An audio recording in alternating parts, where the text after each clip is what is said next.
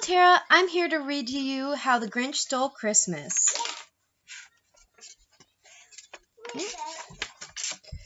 Every Who down in Whoville liked Christmas a lot. But the Grinch who lived just north of Whoville did not. The Grinch hated Christmas, the whole Christmas season. Now please don't ask why, no one quite knows the reason. It could be his head wasn't screwed on just right, it could be perhaps that his shoes were too tight. But I think that the most likely reason of all may have been that his heart was 2 sizes too small.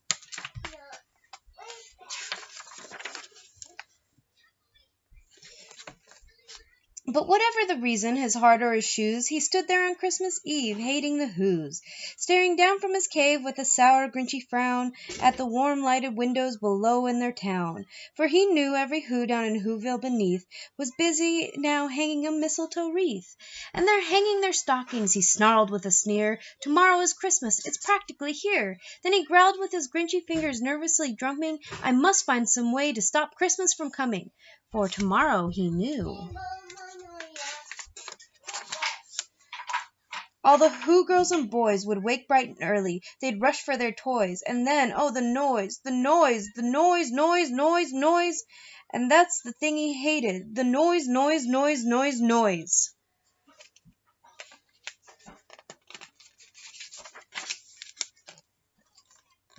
And then Who's young and old would sit down to a feast, and they'd feast and they'd feast, and they'd feast, feast, feast, feast. And they would feast on Who pudding and rare Who roast beef, which was something that the Grinch could not stand in the least.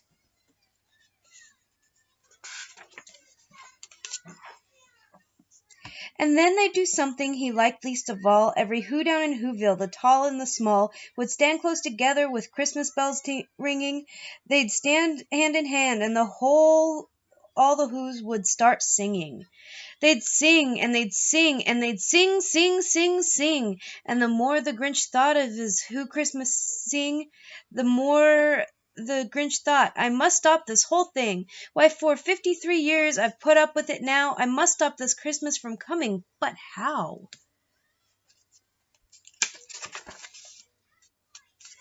Then he got an idea, an awful idea. The Grinch got a wonderful, awful idea.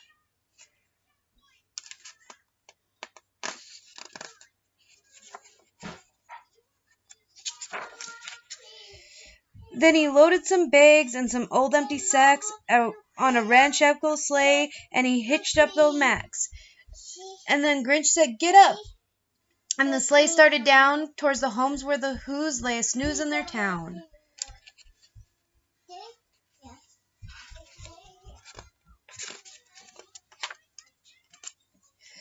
All their windows were dark, quiet snow filled the air, and the Whos were all dreaming sweet dreams without care. When he came to the first little house on the square, this is the stop number 1, the old Grinch, the Santa Claus hissed. He climbed up the roof, empty bags in his fist. Then he slid down the chimney, a rather tight pinch, but if Santa could do it, then so could the Grinch. He got stuck only once for a moment or two, then he stuck his head out of the fireplace flue, where the little Who stockings all hung up in a row. These stockings, he grinned, were the first things to go. Then he slithered and slunk with a smile most unpleasant around the whole room, and he took every present. Pop guns and bicycles, roller skates, drums, checkerboards, tricycles, popcorns, and plums. And he stuffed them in bags, and the Grinch very nimbly stuffed all the bags one by one up the chimney. Then he slunk to the icebox, he took the Who's feast, he took the Who pudding, he took the roast beef, he cleaned out the icebox as quick as a flash. Why, that Grinch even took their last can of Who hash. Then he stuffed up all the food up the chimney with glee, and now, grinned the Grinch, I will stuff up the tree.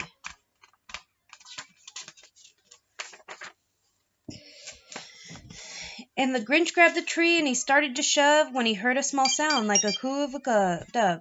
He turned around fast, and he saw a small Who, a little Cindy Lou Who was not more than 2.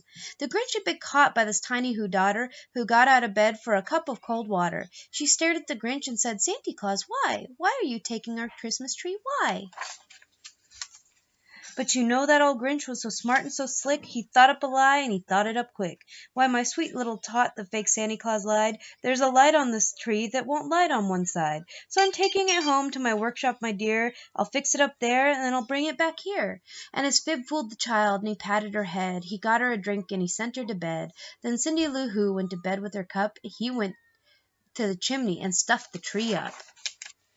The last thing he took was the logs for their fire. Then he went up the chimney himself, the old liar.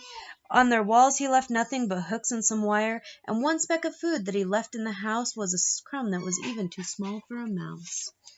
Then he did the same thing to all the other Who houses, leaving crumbs much too smaller for the other two Who mouses. It was 1/4 past, all the Who's still abed, all the Who's still snooze, when he packed up his sled. Packed it up with their presents, the ribbons, the wrappings, the tags, the tinsel, the trimming, and the trappings.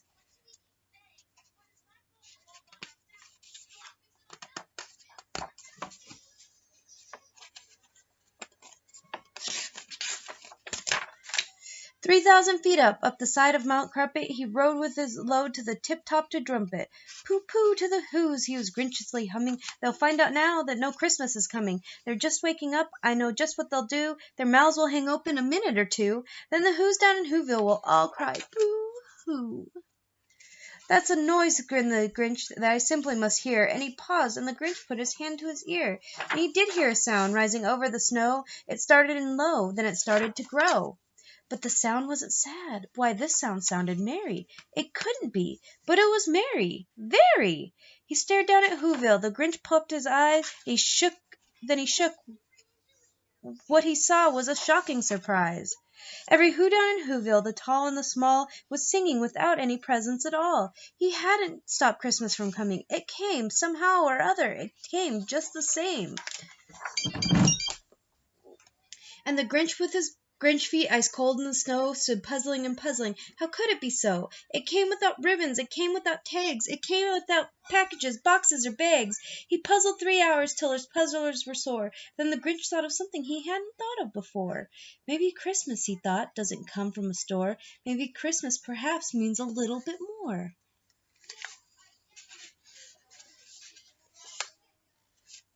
And what happened then? Well, in Whoville they say that the Grinch's small heart grew 3 sizes that day. And the minute his heart didn't feel so tight, he whizzed with his load through the bright morning light. He brought back the toys and the food for the feast, and he